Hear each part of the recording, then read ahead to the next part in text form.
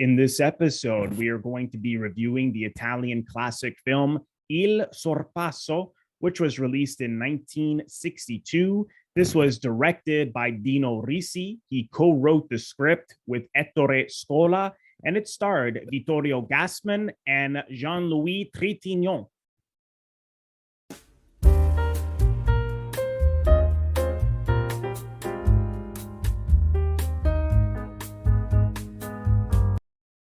Welcome to Robert Bellissimo at the Movies. This is a YouTube video podcast where we explore movies from all over the world and talk about how those stories were told on film, as well as interviews with various industry professionals who work in film, television, and theater. It is my honor to have back on the show Eric Marchen, who is a film critic and is the host of Cinema Scene on Rogers TV and the co-host of the podcast Untitled Movie Podcast. Eric, welcome back. Thanks so much for joining me. Robert, thank you for having me. I think this is going to be a fun one to discuss, but I'm not sure if we should be talking about Bruno or not. Oh my God, what a character. What a character. No, I think, Gassman is incredible in this. And that must have been such a fun, character to play. But before we jump into the film, because previously when I've had you on, our discussions have been centered around film noir. Yes. So this is the first time I'm talking. This is not a film noir. Yeah, no. Except maybe the end, the last scene is noirish. So I was curious. I noticed on Letterboxd you got 8.5. It's one of your favorite films. It's one of mine as well. Are you a big fan of films from Italy in general? Yeah, it's one of those things that I would say that I kind of tend to lean towards Fellini the most, because I like the surrealism and I like filmmakers that have kind of been inspired by him. I think that's why I'm such a big David Lynch fan specifically as well, and sort of filmmakers that have kind of taken that kind of dreamlike quality and playing with narrative and with something like 8.5. It's one of those movies that I continue to go back to over and over again and find new little things throughout. And the movie is so good that even watching 9, it didn't ruin the experience of going back to watch 8.5. Rob Marshall couldn't even ruin Fellini's 8.5. So yeah, it's one of those movies where, again, I think it's just it truly does live up to the quintessentials, the movies that you want to recommend to any cinephile or anybody who's looking for the quintessential Italian film. Absolutely. No, I couldn't agree more. Have you seen, Dino Risi? I've only, with the exception of this film, I've only seen The Priest's Wife, directed by him. And he's done a lot of films, and I must say, as big of an Italian cinema fan as I am, I'm not that familiar with him. And do you know his films? No, I honestly had only seen this once before because of the Criterion release. Beautiful. Yeah. And then I had also seen Scent of a Woman, which they didn't remake it in terms of they based it on the book that it's based on, but I had seen that because I was curious about how it kind of compared to the Italian version. And Gassman is also in that movie. I mean, he worked with Risi 16 times over his entire career, and the output is incredible. But yeah, Risi, even this movie, it just kind of feels like it's not kind of heralded in the same way that when you think of, you meant talking about 8.5 or even Antonioni movies, which there's a dig to him in this film. And just thinking about that, it's one of those movies that I do think has also influenced so many people, but at the same time, not a lot of even regular cinephiles have heard of this one to that degree. No, it's true. I know it was a big hit when it came out. It's slowly, not immediately. Apparently, at first it was word of mouth. When it came out, Gassman was sort of out of favor with the audiences. He had been in a recent flop, and apparently Risi said, the director said, apparently the producer turned to him and said, you're gonna go back to being a doctor, and I'm gonna go open up a nightclub, you know. And sure enough, it was a huge success, not just in Italy and sorry, not just in Italy, also in the States. I know Scorsese's a big fan of it, but I've only seen this once before. And again, I was one of these films I had heard about over the years.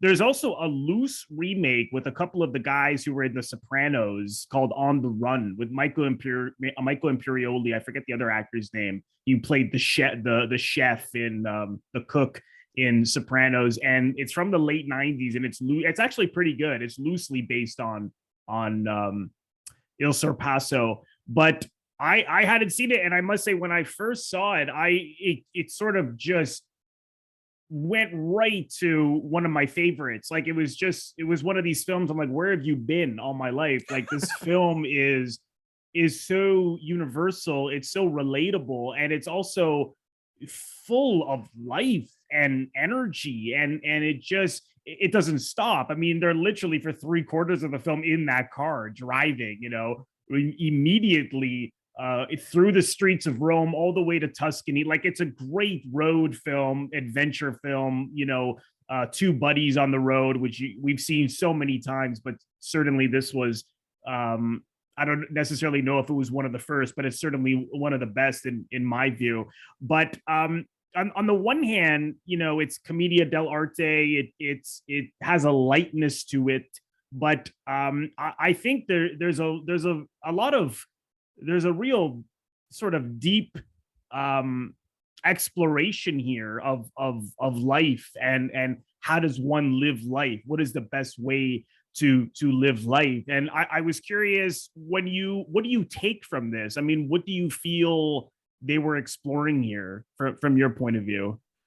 Well, it's an interesting question because the filmmaking and the script could easily be perceived as kind of improv because it's so effortless in Oh sort my of God, I how it is know. as a hangout movie. But you know, the freewheeling kind of style, and you mentioned, you know, Scorsese being influenced, you know, by it, and I could see even like rewatching just recently Something Wild because of the great late Ray Liotta being in it, and Right, Jonathan Demme right. taking parts of that as well. You know, the idea of having someone who's a little bit more boisterous and assertive in life, you know, basically sharing the screen with a more timid and shy individual that we kind of come to see in Jean-Louis Trintignant's Roberto character, who's this law student that kind of is by happenstance brought into Bruno's world, and you know, they go on this kind of trip outside of Rome. And when you watch these two characters kind of go from place to place, it almost does feel very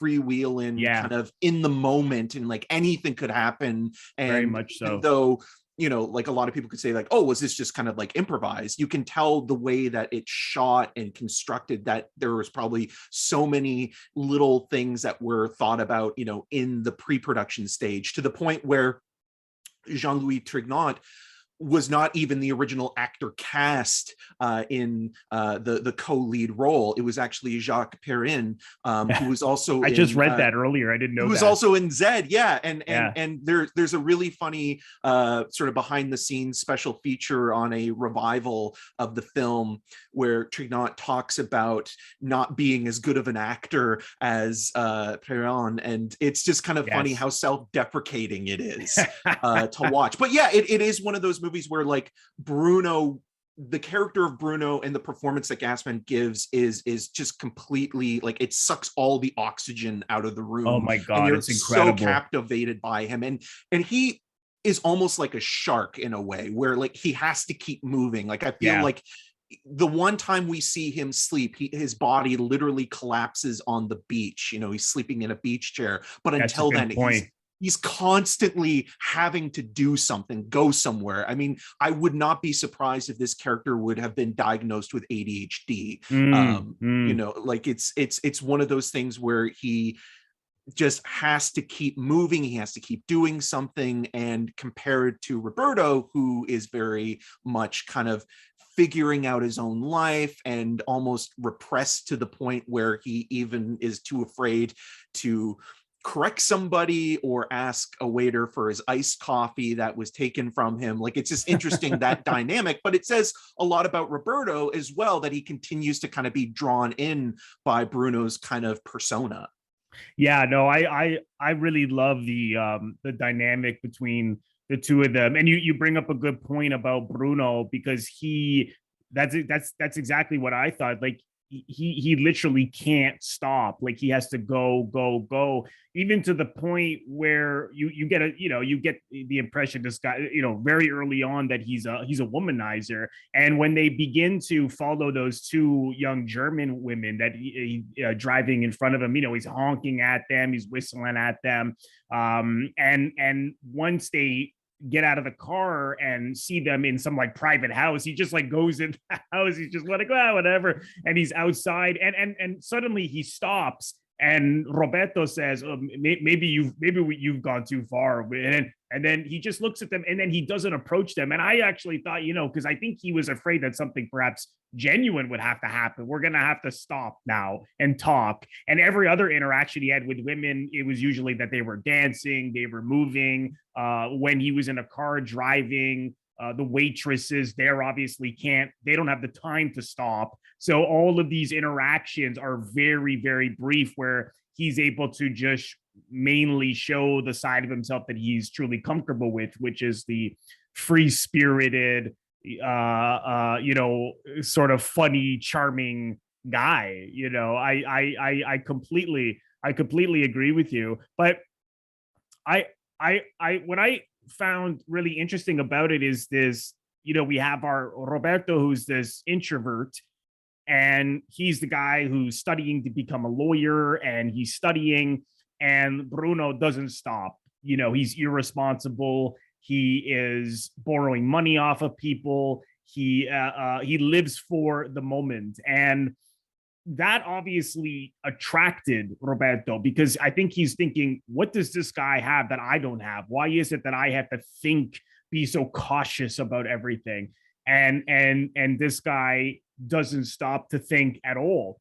And what's interesting about that is that I think most people are either extremely cautious, or there's a middle ground, or there's, they far out to the other side, where people are very much like Bruno and freewheeling. So to me, it's like, when does one follow their impulses, and when do you kind of hold back? When do you take risks? When do you not? And that's like an impossible balance. But I think the film was really saying, Roberto may be on his way to a good life as a lawyer, but he overthinks everything so much that he's bored. And and that's his problem. And then Bruno, on the other hand, is having such a great time, sure, but as a result of just living for the day, he bucks his responsibility. You find out later that he was married, that he has a child, and he's an absent father because of the nature of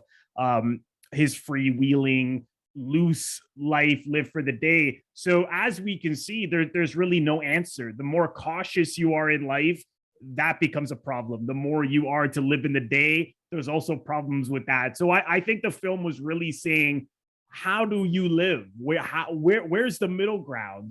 How do you find it?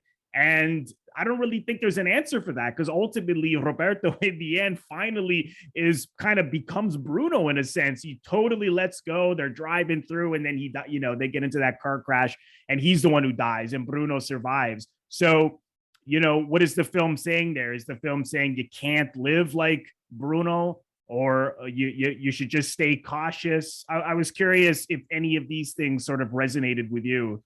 Yeah, well, the dark turn at the end, the first time I watched it, kind of hit me in the stomach quite a bit, because again, like, you're thinking this is going to be a comedy, but it's almost like the movie is saying, there can't be two Brunos in this. We got to end this now. Like, it's too much. And Yeah. in an American film or in any kind of movie that's similar to this, there would be another act where, they go off to find Roberto's love and kind of, Yeah. basically, having, that character kind of confess his true feelings, where this is kind of like, okay, they're on the way, and then no, it's going to be this abrupt ending where, again, I mentioned, Something Wild, but two other filmmakers that I think are very much influenced by this in terms of punishing their characters, because no good deed goes unpunished, is someone like, or the Coen brothers. I think like something like A Serious Man, specifically, I was reminded of that moment where Michael Stuhlbarg's character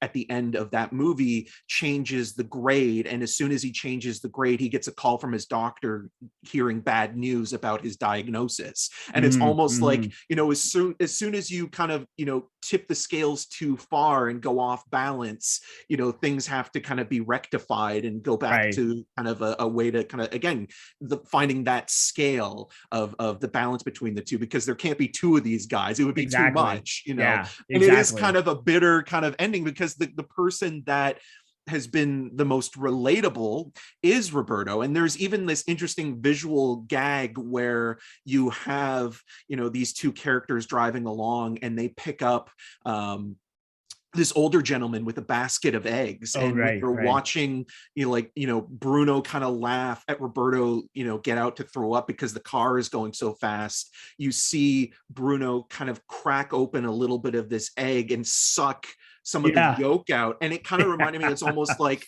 that's Roberto, basically, someone who's trying to come out of his own shell, but the shell is being drained by this guy who's kind of a freeloader, womanizing, misogynistic, homophobic kind of guy, but yet he's still charismatic. And like, even the way that when Roberto introduces Bruno to his relatives, Roberto's uncle and aunt, and they have there's this one amazing moment where he makes this sort of observation, Bruno, saying that, oh, your cousin Alfred is actually your aunt and the overseer's child. And there's a moment where they're all leaving the room, and like, he's like, oh, even the overseer is coming. And it's almost like he turns around to look at the camera and wink. And I just love like little weird touches like that. Yeah, no, that's I love that scene. It's true. Like, that's a good point with the egg. I actually hadn't thought of that. That's an interesting metaphor there. And I think the film is full of details and bits of behavior. And Italian directors in general are so good at utilizing every single person, and an object like an egg and different things on the screen. Just the way in which Bruno, in that scene, he has an apple in his hand, and he doesn't just like eat the apple, he throws it in the air first behind his back, and even the way he interacted with the waitress, it happens very quickly, but I think she hands him a menu or something, and then he just like strokes her arm a little bit with his thumb, so all of these little, where he just goes, everything is just a little bit too much, like he just goes a little too far. And what I like so much about that scene is they wind up in the country where Roberto was from. And, at this point in the film, you get a strong impression that Roberto, of course, sees something in Bruno, like we said, that he wishes he had in himself. But at the same time, when he's back with his family and they're all talking, he's talking to a cousin of his who's like this far, like, right wing, terrible rich guy, and he's like criticizing poor people. And I love how Bruno comes in, and what's so interesting about a guy like that, he can make himself comfortable with anyone. He can feel at home anywhere, whether he's having a good time or not. And he always seems as if he's having a good time. And he sits there, he turns to that. This guy's talking about politics, things that, you don't get the impression that Bruno really probably knows much about what he's talking about. But he chimes in, it's kind of like, hey, you're a man of the people. He was clearly busting his balls, right? And then once they leave, he was like, watch out for those peasants, and I couldn't help but just crack up. But what was what was really fascinating to me about that scene is that he's making everyone crack up. Here's these people in the country who seem very kind of serious, reserved, and he's bringing all this life into this scene. And even the aunt, whose hair is done up, that Roberto talks about when he was younger, having a crush on, yeah. He had a crush on her. You even see when he sees her that the crush is still there. I don't know what it is with Italians loving their Zias. I saw that their aunts. What the new what's it called? Hand of God, the Netflix. The Pablo Sorrentino movie. Sorrentino's film. There's a similar thing where the nephews are like in love with the aunts. It's like there's something funny but creepy about it. It's just funny that I've seen that a lot. Bruno goes to her room and he kind of lets her hair down. He's putting makeup on her. She looks like someone from the city. And then as they leave, Risi cuts up to the window and you see she puts everything back up, So it's kind of like, it's these people that could never let their hair down, very much like Roberto, but at the same time he's looking at his cousin and he's admiring his cousin, because he's like on like quote unquote successful. His wife is not saying much, she's letting him do the talking, and he's like yes. So he's sort of torn between these two worlds, the more kind of reserved, serious, capitalist types after money. He's a lawyer. He's very serious about going into his profession, but then coming around to maybe there's something else, even if it scares him. I mean, you got to give Roberto credit for that. Like, he is jumping into this, whether he's afraid or not. Yeah, he's one of those guys that it's so strange to see him continually like have opportunities to kind of go back to Rome or go and do his own thing, but yet he continues to come back into Bruno's orbit, whether he waits for a train. Yeah, and I mean, that also is saying a lot. I really love the way that there's this internal monologue through voiceover that Roberto has throughout, where it's like, I think politeness is the worst thing in some qualities in people, where it's like, if you're too polite and you don't say anything or you don't do anything, you can end up in a car accident with a stranger you've only known for 2 days during, August 15th and during that, that holiday weekend. It's just like, it's such an interesting sort of observation and kind of almost melancholy and bitter kind of stance on, politeness can get you killed, which I also think is kind of a darkly comedic and morbid kind of observation. But again, going to Bruno, what I find interesting about him and a little sad is that he's somebody that he needs to hang out with somebody much younger to impress. He wants that's a good point. He wants to be validated, because when you see Bruno interacting with people his own age or older, as we do in the second half of the film, when we're introduced to Bruno's estranged family, and even Bruno's daughter's fiance, Bibi, who's much older, there's this kind of standoffish quality, this insecurity that comes out that we haven't seen as much from Bruno, who can be very condescending and belittling, to the point where there's even this great Antonioni sort of jab at the eclipse, where like it was a great movie. I took a snooze for the duration, but Antonioni's great, and so was his car. And it's also funny thinking like Bruno would probably be the worst moviegoer or friend to go and see a movie with, because he wouldn't sit still, probably. Yeah, no, he would hate the likes of someone like Antonioni. But that's a good point. I hadn't thought of that. It's true. It's like he need, and people that I've known, we all know a Bruno, we all, or I've even had occasions where I've acted a little like that, but I've also been Roberto, I actually once was in New York and had a very similar experience, meeting a stranger and then having this like with him for a couple of days. And it's one of these experiences is like, how did this happen? But like, I jumped in because it was an adventure, and very much like Roberto does. So I think we recognize these types. But what I found interesting about Bruno is that there are certain things he knows that Roberto just can't get a hold of. For example, I think it really sums up these the differences between these two men when Roberto begins to talk about this woman across the street from where he lives that he has a crush on, and he can't approach her. And Bruno says, why? And he's like, well, I don't have any money right now. I'm trying to work my way up to my career. And then, like, he feels as though he has to impress her first with what he has.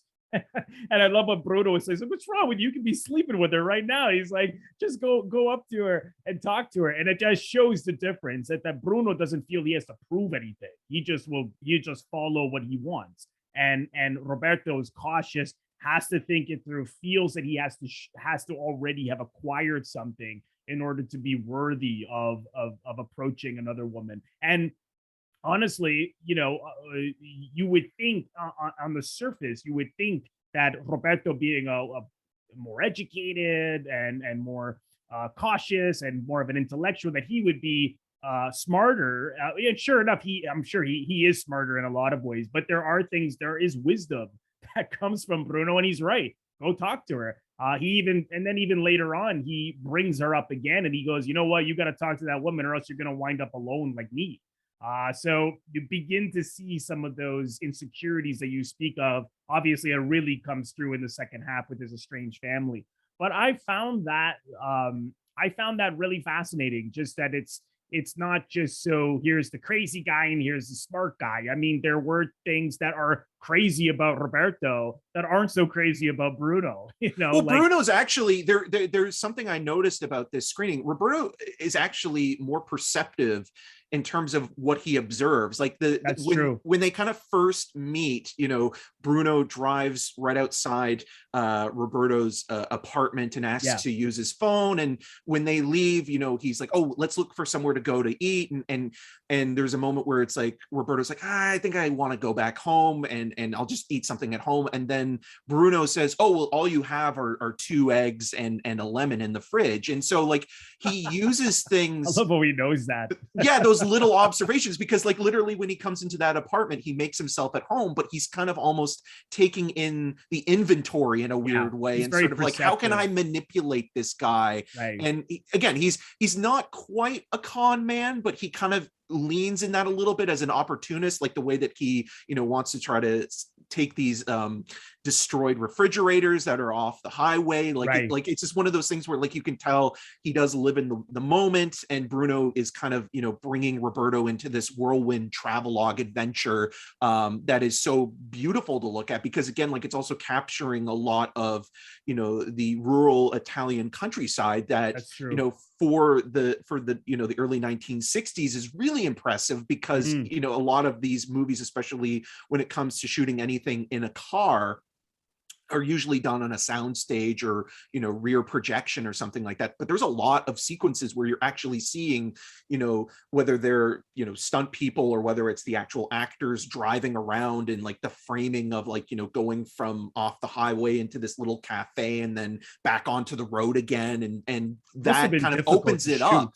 Oh, totally. And that again compliments to Risi as a filmmaker, kind of putting this together. Like, there had to have been a lot of prep going into this, and not just kind of like, okay, let's shoot on the fly and see what we discover. No, even though it feels like that's how it's so good that it feels that way. But anything that feels truly loose, it can never, except in very rare instances, it often has a lot of planning to give you that feel. But once they get to Bruno's house, well, it's not his house, it's where his wife is. Well, they're still married, they just didn't get divorced. Gianna. Gianna and his daughter Lily. And as you brought up, Lily is 18 and she's with this guy, or I think actually she's 15, which they mentioned like 15, which is like, it's very odd that she's with this guy who's like 60, where and so, but she, again, like, she has grown up without a father, even though she knows him. She refers to him as Bruno. She doesn't even say like Papa or Dad. And she's with this guy, clearly, right away, okay, he's the absent father that, that she needs to feel protected. She needs to feel secure. So she goes with someone older. And again, I love this big element of the film for me is this question mark about, how does one live? How do you find a balance between security and following risks, which is very challenging. And it seems as if a lot of what she's doing sounds good. You're going to be set up. This guy's got money. He'll take care of you. This is, but then at the same time, this guy is like 60 years old, like he was a lot older than her own father. There's like a 45-year age gap. But so if you notice that when you see her later on the beach, she's it was very subtle, I found, but every time she interacted with Roberto, Risi cut back to her just looking at him, and I thought he really did that as if to say, maybe you should use someone maybe your own age, you're going so cautious that there's going to be trouble down the road. And I found that there is trouble down the road. Yeah. I mean, not for her, obviously, but for Roberto. But no, I get your point where like, it's interesting just thinking about that, where like, again, in any kind of like Hollywood movie or anything that would take place nowadays, there would be kind of like a subplot where those two characters might have an affair or relationship, and that kind of creates a divide between Bruno and Roberto, but it never really goes there. And it only really kind of strengthens Roberto's kind of infatuation with the girl he hardly knows, but he also has a photo of her in his wallet, which is kind of creepy. But then with like Bibi, like it's also fascinating with him because he's kind of described as this kind of like steady, supportive partner, but then on the beach we see him gambling, playing cards, and then he makes 50,000, and then when they're playing ping pong he loses to Bruno. So maybe he's not as stable, as he's been described. I think that's kind of interesting as well. Or Bruno brings the worst out of everybody. I didn't think of that. That's a really, really good point. But that it just proves that, people will act like they're sure of something, sure of what they're doing, but we're never really, really sure. Like she's sure that she wants to marry this guy, but yet she's looking at Roberto. And even Bruno is like sure of his way of life, but then he starts to come around to this, to Bibi. He's kind of, as he's talking to his daughter, he's like, well, maybe I should have thought about things differently. He talks to her about the fact that he didn't know how to be a father. He didn't know how to talk to people very well. He mentions the war. There obviously were some obstacles, things that happened to him. But again, you don't know. You could only speculate. There's just these suggestions. But you're right. In a Hollywood conventional film, they would have kind of really elevated the plot and have subplots with some kind of an affair happening perhaps between Lily and Roberto. And what do we get here? We get a look, we get a couple of cuts, a suggestion, which then leads to you and I talking more about, well, if the director is cutting to her looking at him, he didn't do it for no reason. There's a reason why he is suddenly saying, look here. And it's ambiguous. And to me, again, it's just that don't be so sure of what you're doing. And you can say that about you, me, everybody in life. We can't always be so sure about how we're living, and the balance between being cautious and following our impulses is one that we all need to find. And how do you find it? I mean, there's no answer, right? Clearly there's no answer because of the way the film ends. Yeah, and I like that. I like that it's not trying to tell you how to think or how to feel. It's just kind of showing you a situation that, again, is playing comedically and has kind of a farce kind of ending, but also it is weirdly like tragic in a way, but also comically so, where you would find that in, again, like a Coen Brothers movie or something like that. Like Alexander Payne does the introduction on the Criterion discs, and he talks about at one point he was thinking about remaking this film, but instead did Sideways. But Sideways is brilliant. Yeah, and again, another movie you can tell that took a lot of influence. The same thing with Dennis Hopper's Easy Rider, which there's another interview with one of the screenwriters talking about how like Dennis Hopper became obsessed with this film, and the way that, like, again, like that kind of freewheeling kind of nature and just, exploring your surroundings and the landscape of something that's iconic, but breaking it down and subverting it in an interesting way that you haven't seen before. But yeah, there is a lot of great kind of like comedic jokes. Like I like the idea that Bruno, every time he wants to eat, he's only interested in fish soup for some weird reason. Like, it's like, that's what we have to have on this trip all the time.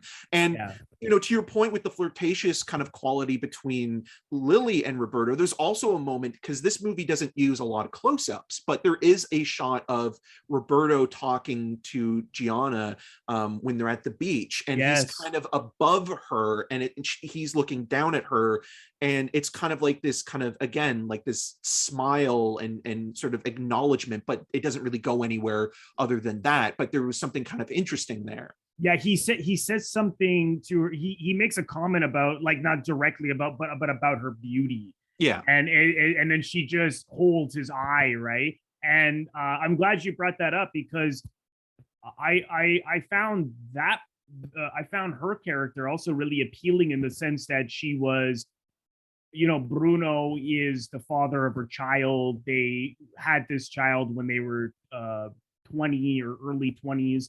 I don't know if they're necessarily the same age, but she was very young, let's put it that way, maybe just before 20. And so she's, become a mother very, very young. And then at the same time, the father is Bruno, who's this guy who cannot be trusted, who's an absentee father. And it's a shame that she has become cold as a result, but you can understand why, like, that would happen to her as a result of what happened with Bruno. And you see, like, this guy has the audacity even to go into her bedroom and try to sleep with her. And then she just, throws him off the bed. But as she says to Roberto earlier, like, she can't help but just feel bad for him. I think she has the strength to empathize with the fact that this guy just, what can I do? She throws her hands up at it. Like, she still lets him into the house. She still lets them sleep there. She's just, I shouldn't say she's totally cold-hearted or that she's critical of others. She's just not interested in a romantic relationship. Exactly. Yeah. And like, you can tell that, like, she's exhausted that avenue with him, years before. And you can speculate, like, okay, like, when was that breaking point? But whenever it was, Gianna has moved on, and she's happy with the life that she has, and she is enjoying what she has. But when she says, like, she feels bad for Bruno, it's partly because it's like, he's this wayward child that continually kind of spins out of control and doesn't know what he's doing and doesn't really fit into society of any type. And I really like that throughout this movie, there's this interesting kind of back and forth between sort of, city slickers and the kind of more country life, and sort of that kind of being like the artists, and, the liberals go to, Rome, and everybody else is kind of like the more conservative types. And, like, again, like, there's an interesting discussion there where, like, both sides are always kind of at odds with each other, or saying passive aggressive remarks. And I think that also says something about the time, but even speaks to now, where, anybody that lives in, like, say, Toronto, compared to, the bridge and tunnel crowds of, like, where I'm from Durham, like, it's just interesting where it's like you have that conversation going on. Mm-hmm. Yeah. No, that's real. Yeah, that's a big part of it. I mean, here we see, Italy after the war going from a traditional agricultural country family to now, the sports cars, the economic miracle. People are becoming a little more superficial. So this film is really that bridge to this next stage, and how that was changing the way people were looking at life, and people were looking at what they wanted. And Roberto, for example, he's obviously a little more, he's more hungry for something more than the country life that he grew up in. But then at the same time, he's attracted to sort of this living for the day guy, Bruno. But what I found really interesting about Bruno's wife is you could really say that perhaps she's like the wisest of the characters. I mean, she's had this, she had a child very, very young with the wrong guy, but yet she can still feel sorry for him, empathize with him. She's has a career. She lives in a very nice house. Or the daughters seems very, even though, I mean, maybe she's heading down a bad path with BB perhaps, but she's, seems like a well put together kid. Like, it's not like she's on drugs or anything, or but so she's done well for herself, but what's she really sort of has more together than anybody else. But at the same time, there is this feeling that there is a void in her life, a romantic void, which she shut off. And I think that moment with Roberto, where he kind of comments on her looks and they hold eye contact, I think that says a lot. And that's the beauty of this film. There's, as you said, there isn't like tons of huge close-ups. Like things are not just shoved into the audience's face with music, or maybe more longer dialogue scenes where things are really spelled out. It's everything is just very subtle, because at the same time everything is on the move, cars, beaches, restaurants. So it plays in a couple of different ways. I mean, some people could just look at this and say, oh, this is so funny, but it's like, yeah, what's underneath the comedy is something very deep, I find, and very moving at the same time. Yeah, and again, going back to some of the special features, there's this conversation of, you mentioned the economic boom, but what goes up must come down, and when it does come literally crashing down at the end, it kind of feels like, okay, it's not fun anymore. You've had your fill of this character, of this world, of this kind of lifestyle that is just kind of like living moment to moment, day by day, and then you realize, well, you need to have also some balance in there, and if you don't, and you tip those scales, the scales can throw you off course to the point where you can't recover.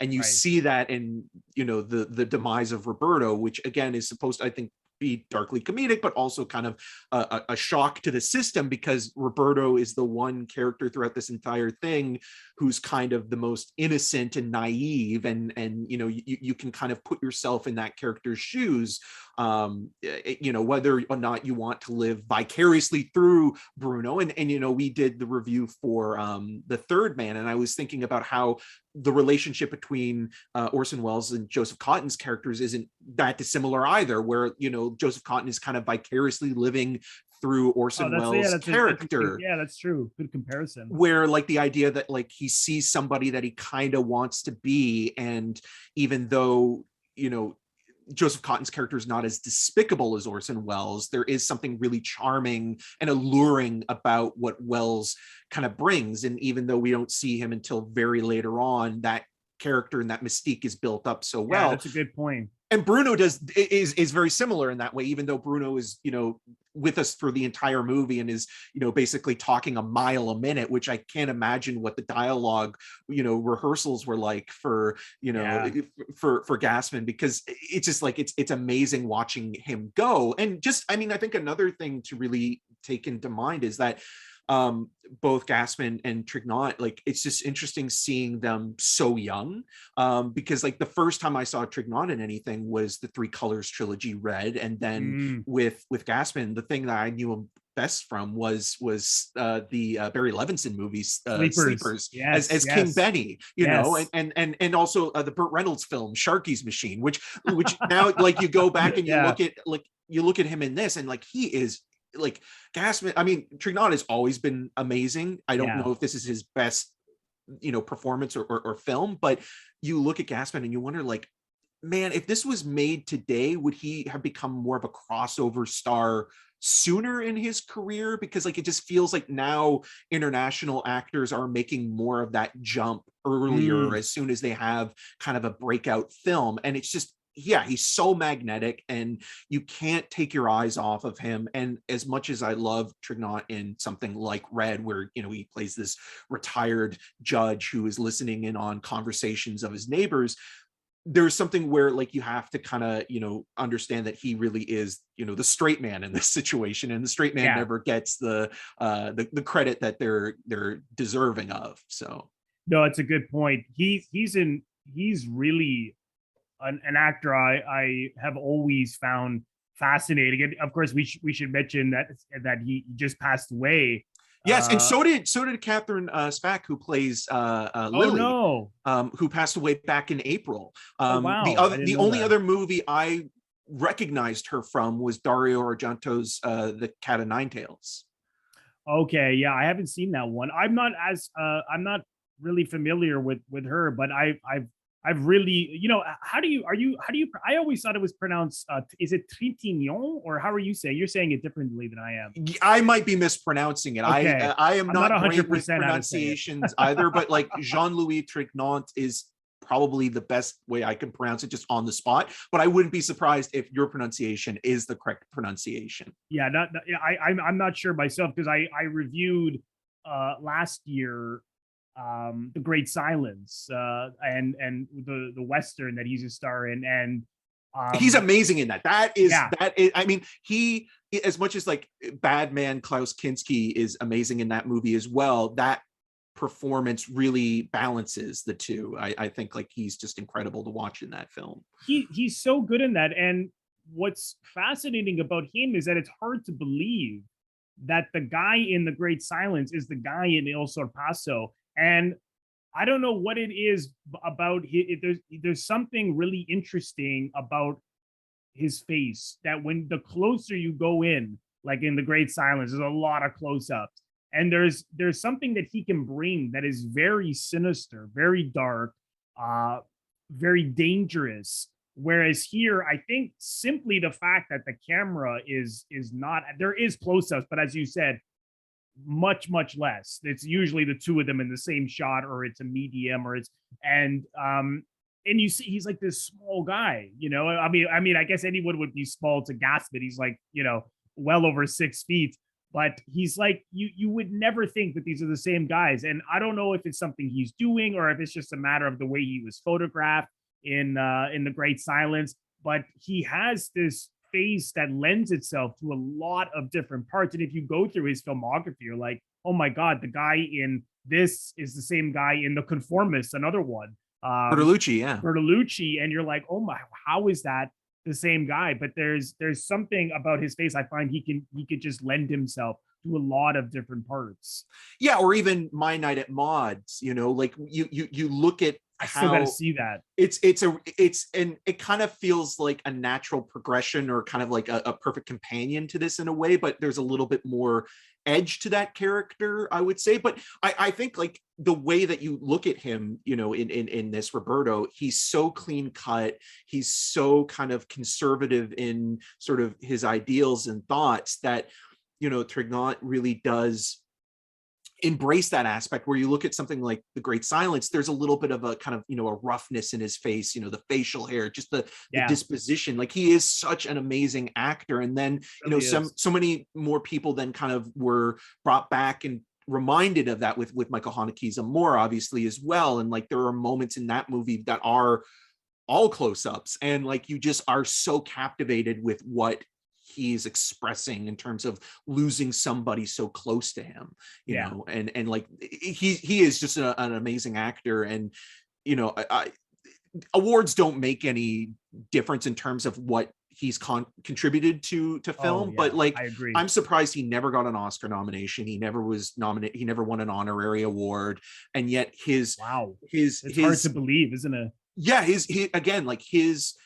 What he has left behind is such a magnitude to film, and like, again, like even something like Zed, like, it's just like he was in so many like touchstone movies. That's it's like I said, like I think the reason I forget that it's the same guy is because he does these subtle things, it can be down to the wardrobe, it can be down to, again, his hair, hair, everything. And I did read after he passed, I just reading more about some things he had said, and he said, the if you can feel what the character's feeling, but sort of pull it back, hold it, that is to him more interesting to play. And I think that is really what he's doing. I mean, Steve McQueen was like that to an extent too.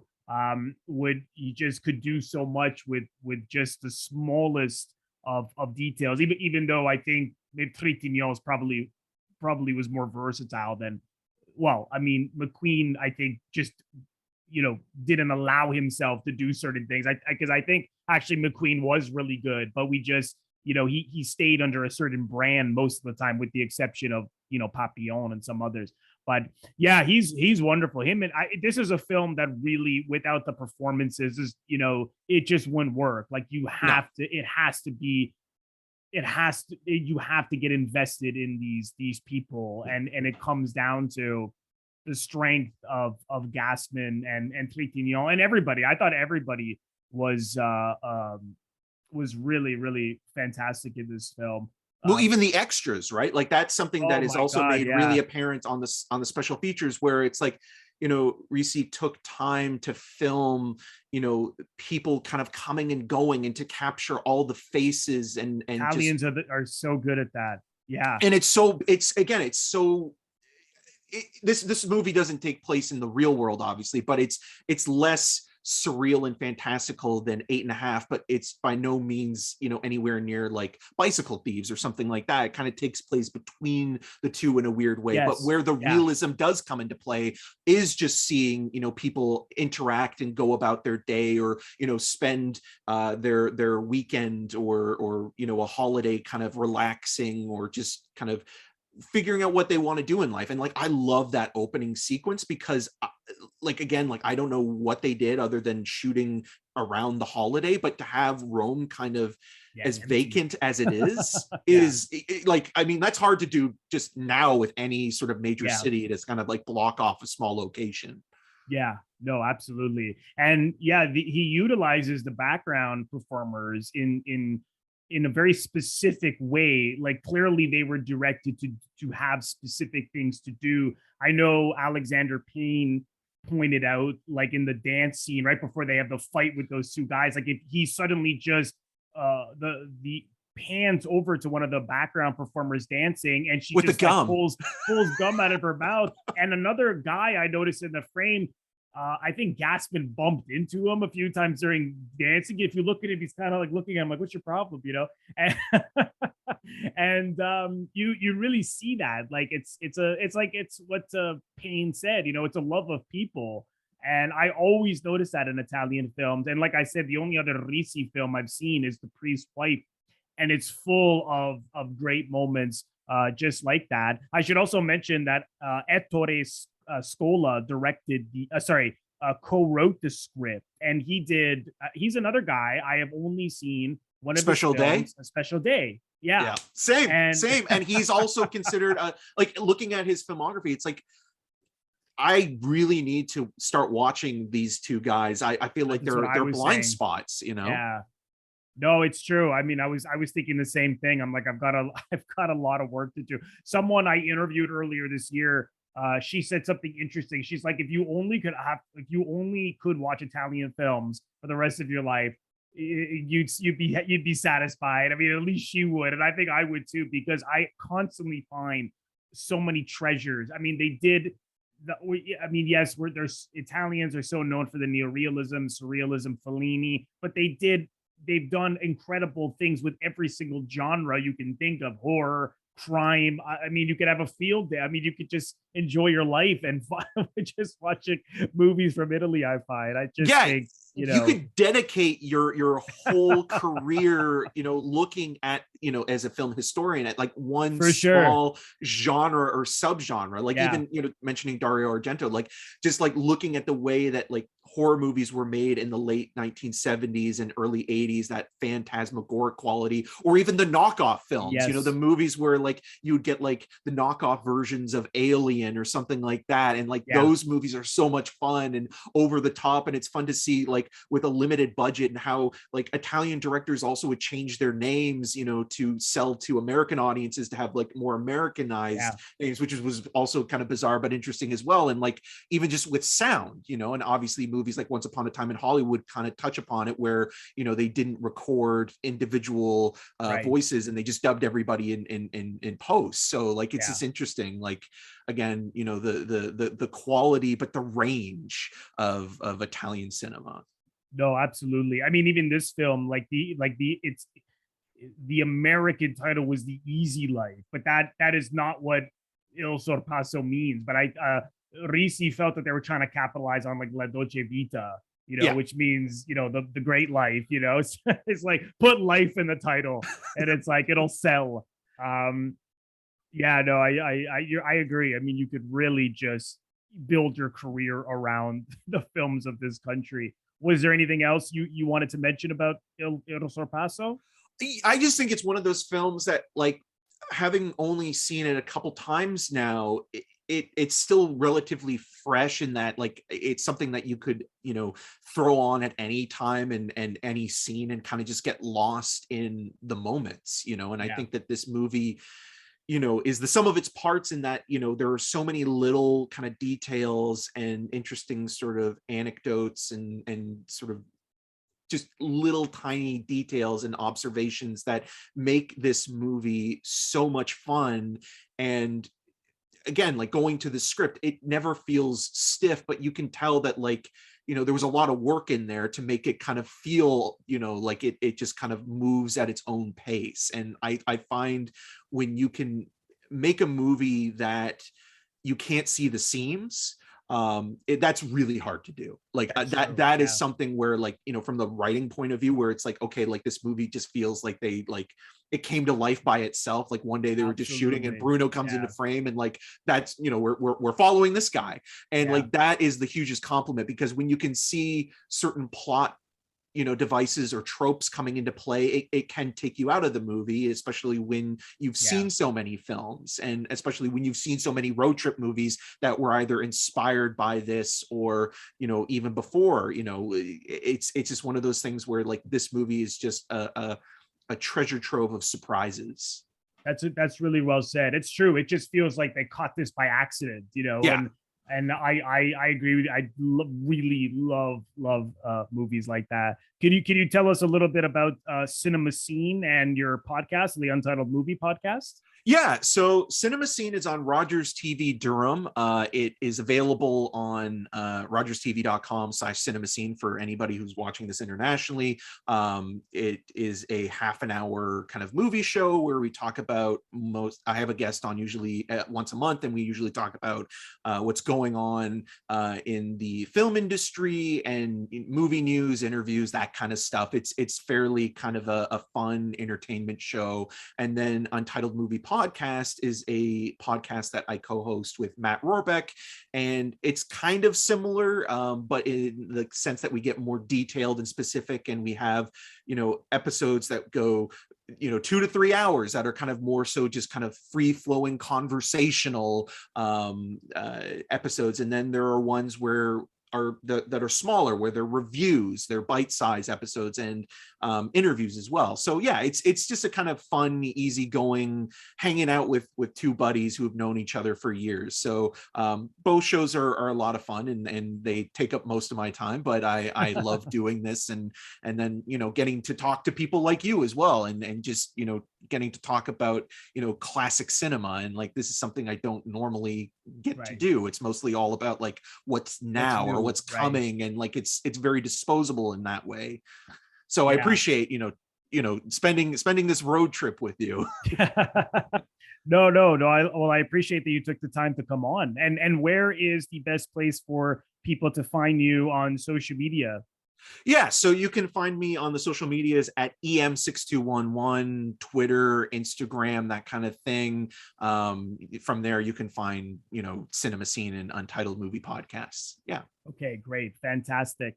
And I highly recommend those of you check out Eric's show, Cinema Scene, and the Untitled Movie Podcast, because they're a lot of fun. I was watching one you did earlier with a guest I've had on, from Bay Street Video. Mark Hansen. Mark, you're talking about physical media and Blu-rays and because I love those conversations about, as you're both saying, are they getting too expensive now? And hold on, I got to show you this. Okay, before, like, this has nothing to. So I was there today, and literally, Vinegar Syndrome is one of those boutique labels that is releasing a lot of great stuff, and this is purely like a nostalgic buy. I like the movie, but I bought Cloak and Dagger from them today, and this $62. I don't know if it's, but nostalgia, they're it's an amazing story. And Mark Hansen is just the nicest guy, and really nice guy. If I can plug Bay Street Video, I'll do it any day of the week. So but physical media is important to me, obviously. So yes, no, absolutely. No, I recently got Born to Win from vinegar. Yeah, I saw vinegar that you syndrome. tweeted Yeah. or Instagrammed about that. Yeah, they're an amazing boutique label that sometimes they just surprise you with what they're going to release. You know. Oh yeah, no, I was shocked because I for years I've always loved that movie, and I'm like, is someone gonna restore this? And finally, thank God, someone did. Um, so no, it's a really great show. So I will leave the links in the description box for where you can follow Eric on social media and check out his podcast and the show on Rogers. So Eric, thanks so much again for coming on. I Thank appreciate you. that you took the time, and let's do it again sometime soon. Yeah, down the road. Thank you so much, everyone, for watching and or listening. If you are currently listening to this on the audio version of my YouTube channel and you've run out of episodes to listen to, head over to the YouTube channel where every single episode that I have ever recorded can be found, youtube.com/Robert Bellissimo at the movies. I also want to thank all of my members on Patreon. If you are interested in becoming a member of my Patreon, head over to the link patreon.com/Robert Bellissimo at the movies for full details. Patreon is bonus content that I create month in and month out, and it is based on polls that I put out at the beginning of every single month. So as a member, you will have access to vote on those polls, which means that you will be very much a part of the decision making as to what I do on Patreon month in and month out. So head over to the link for full details. You can also leave a donation at my podcast at kofi.com/Robert Bellissimo at the movies. It is very easy to do so. And I will leave the link in the description box below for where you can do that. And lastly, if this is your first time here on my YouTube channel, or if you haven't already done so, please consider subscribing by pressing the Robert Bellissimo at the movies logo. It is absolutely free to do so. You will see it floating above my head in the top left corner to your top left in just a second. Just click on that and then click the bell in order to get a notification every time I release one of my new episodes or when I go live. Thank you so much, everyone. I will see you in the next episode.